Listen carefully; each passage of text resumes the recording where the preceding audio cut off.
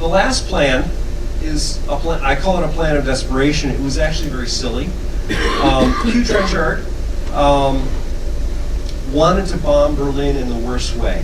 And when it looked like the normal plans for doing this were not going to happen, he came up with this harebrained scheme to send one single bomber from Nancy, France, to drop a few bombs on Berlin just before the armistice took effect at 11 o'clock in the morning. The plane probably didn't have the range to hit Berlin and come back. And so fortunately, somebody got smart and they countermanded the order within hours. But that was the third plan of the British to hit Berlin. The French made a number of efforts to reach Berlin. There was a French sous-lieutenant, second-class lieutenant, who flew in a plane, a Sopwith 1.5 strutter, that flew on a long-range mission and dropped propaganda leaflets on Berlin in June 1916. His plan was to continue on to the Russian front and to land safely in Russia. Unfortunately for him, he had engine trouble within 50 kilometers of the Russian frontier. He'd gone probably 90% of the way, and so he was captured by the Austrians and was in a prison camp for quite a while until actually he escaped later on and rejoined the French Air Forces. Young pilots have lots of testosterone, so they like to do these things, okay? Yes, send me off in an airplane with 1 or 2 bombs and I'll go bomb the enemy's capital city. The French High Command got a number of requests to do this sort of thing. And finally they just decided, you know, why waste pilots, why waste planes on what's essentially a silly stunt? And so they denied permission to other pilots after that to fly over Berlin. They did have a competition to design aircraft that could reach Berlin and actually bomb it. The best of those planes was the Quadrone C-23, which is shown here, and but it wasn't ready by the time of the armistice. The plane was actually a very good aircraft, however, and was used by the post-war French Air Force. We know Berlin was bombed during World War II. It was actually hit for the first time by the French Navy in June 1940. They had a Farman transatlantic cargo plane that they modified into being a bomber. Had the name Jules Verne. And what they did was they flew around the Netherlands and approached Berlin from the Baltic Sea, dropped a few bombs on it, and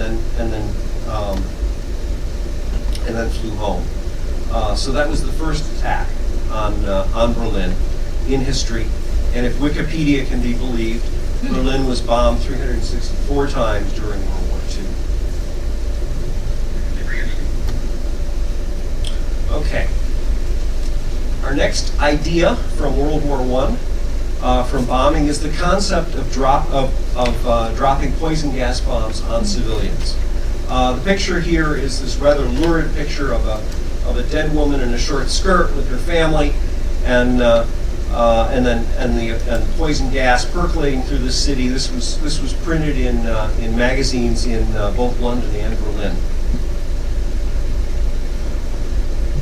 With only one exception, I don't have any information that any governments talked about dropping poison gas bombs. And I'll tell you about the exception in turn. Most of the evidence that shows that they thought about it came from their air raid posters, in which they warned their own civilians about the possibility of poison gas bombs. It would have been trivial, very easy to create poison gas bombs because they were using poison gas artillery shells on both fronts. This quotation here is from a German air raid poster in the city of Neustadt, and it refers to avoid inhaling gases and what you should do and that sort of thing. It's not clear to me, however, that this necessarily refers to poison gas bombs. It turns out that the French had a binary bomb that had liquid in two compartments, and then after the bomb spins enough, you get a hole between the two compartments. The gasoline and the hydrogen peroxide mix, and they become a viable bomb. And so you've got a liquid bomb. And it may be that they're referring to this and not necessarily poison gas. I can't tell from the air raid poster itself. The French certainly had air raid posters. This one from March 1917, which warned their civilians about avoiding enemy bombs because they might contain poison gas. We have similar things from London in mid-1915, in which they give instructions on what to do in case the enemy drops poison gas bombs from Zeppelins. So everybody thought about this. As I said, this would have been very easy to do. This is a picture from a Paris air raid of a woman and a little girl sitting and waiting out the air raid, and they're both wearing poison gas masks. The only person who I have been able to find who has acknowledged that governments thought about this is the American Billy Mitchell, who wrote about it in his memoirs. He wrote, "We had all preparations complete to carry the war into the heart of Germany in the spring of 1919. The air weapons that would have been used would have caused untold sufferings. Chemical weapons most certainly would have been brought into play, gases for destroying cattle and sheep, and incendiary projectiles for burning the crops and forests." Poison gas bombs being dropped on civilians did not happen during World War I, but it did happen between the wars. And generally, it was done by European powers against Muslim peoples. The British used mustard gas bombs against Afghans and against Pakistanis in the northwest frontier in 1919 and against Arabs in Iraq in 1920. Now, when I say mustard gas is actually a liquid. It's not a gas. The mustard gas, you get a liquid, you get small droplets, and the advantage of using this is that you can deny areas. Because it is not a gas, you can drop it, say, in the desert, and it will stay there and deny that area to anybody walking through it for however long it stays there before it dissipates in the wind and the sun and so on. In 1925, the Spaniards attacked Moroccan villages with mustard gas bombs. And in January 1936, the Italians used mustard gas bombs against the Ethiopians. The picture here is of an Italian air attack on an Ethiopian village. I have no way of knowing whether these are actual just high explosive bombs or whether they're gas bombs. Probably not, but it was the only picture I had. Firestorms. A firestorm is a tornado of flame. It is caused by a cluster of fires in a small area.